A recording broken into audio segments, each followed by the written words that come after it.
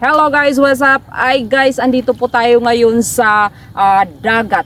Sobrang na-curious po talaga ako sa mga tao rito. Lahat sila guys nakayuko. So ngayon, naku-curious po ako guys kung bakit sila laging nakayuko.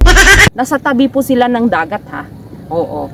Eh low tide po kasi ngayon, kaya kukunti lang po yung mga tubig dito at talaga namang ang daming seaweeds.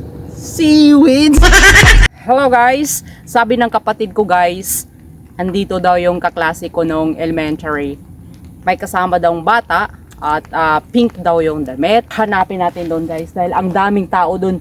Lahat sila guys nakayuko. Guys, malapit na po natin mahanap si Marilyn Romero. Ayun guys, doon sa may dulo pa guys.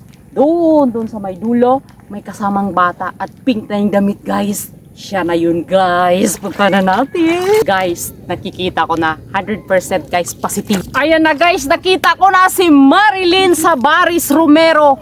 At 100 years ko siyang hinanap guys. Dire sa Hunasan. Karon nakita na nako guys ay nasa northwest po ng Silad guys. Ngayon, titingnan natin kung ano yung mga...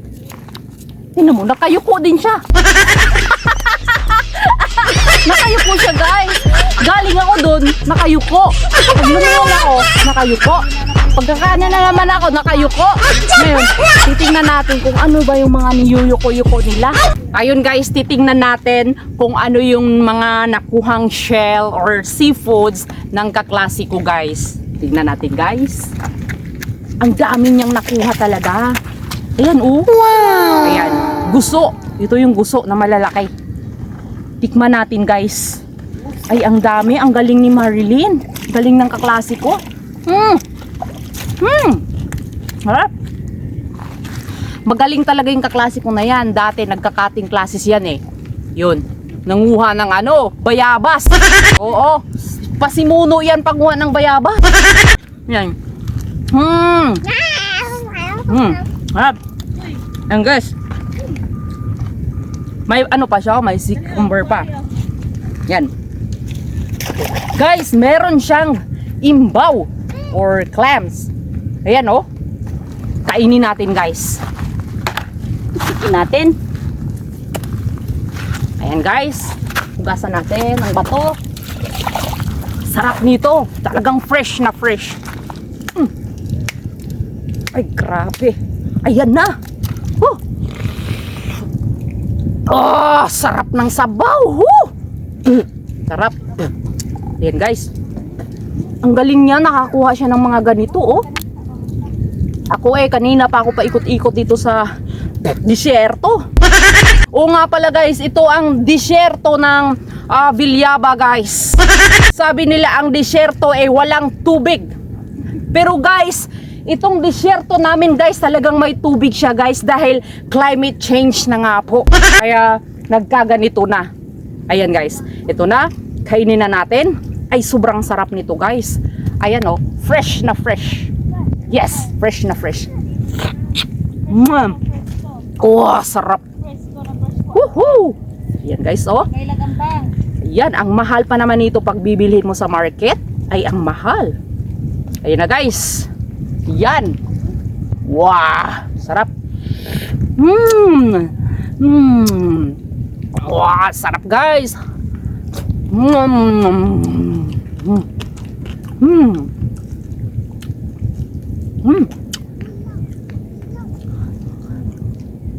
Manamis-tamis guys. Harap. Yan.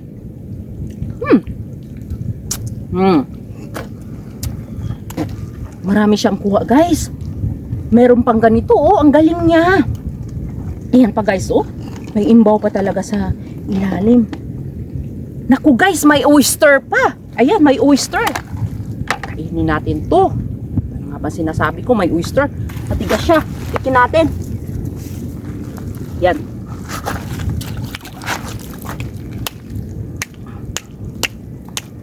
Yan guys. Tigas. Hugasan natin. Uy, nalaglag. Sasa natin ulit. Ayan guys, oyster.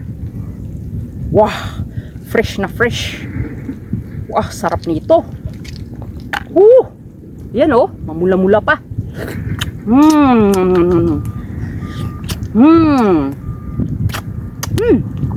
Sarap.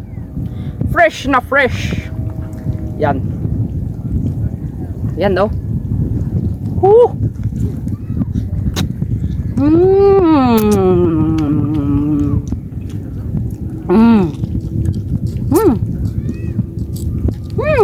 Hap. Guys, sobrang daming niyang nakuha ha. Ako guys, meron din ako mga nakuha. Yan. Dahil wala akong lagayan, pinaglalagay ko lang sa bulsa. Yan guys oh. Ayan. Pagka uwi ko sa amin guys, gagawin ko tong salad. Ayan guys. Kung doon sa Baguio guys meron silang mga lettuce, mga broccoli. Dito din po sa disyerto namin guys ay ang dami namin gagawing salad. Ayan. Yan. Gagawin tong salad guys ay ang sarap nito.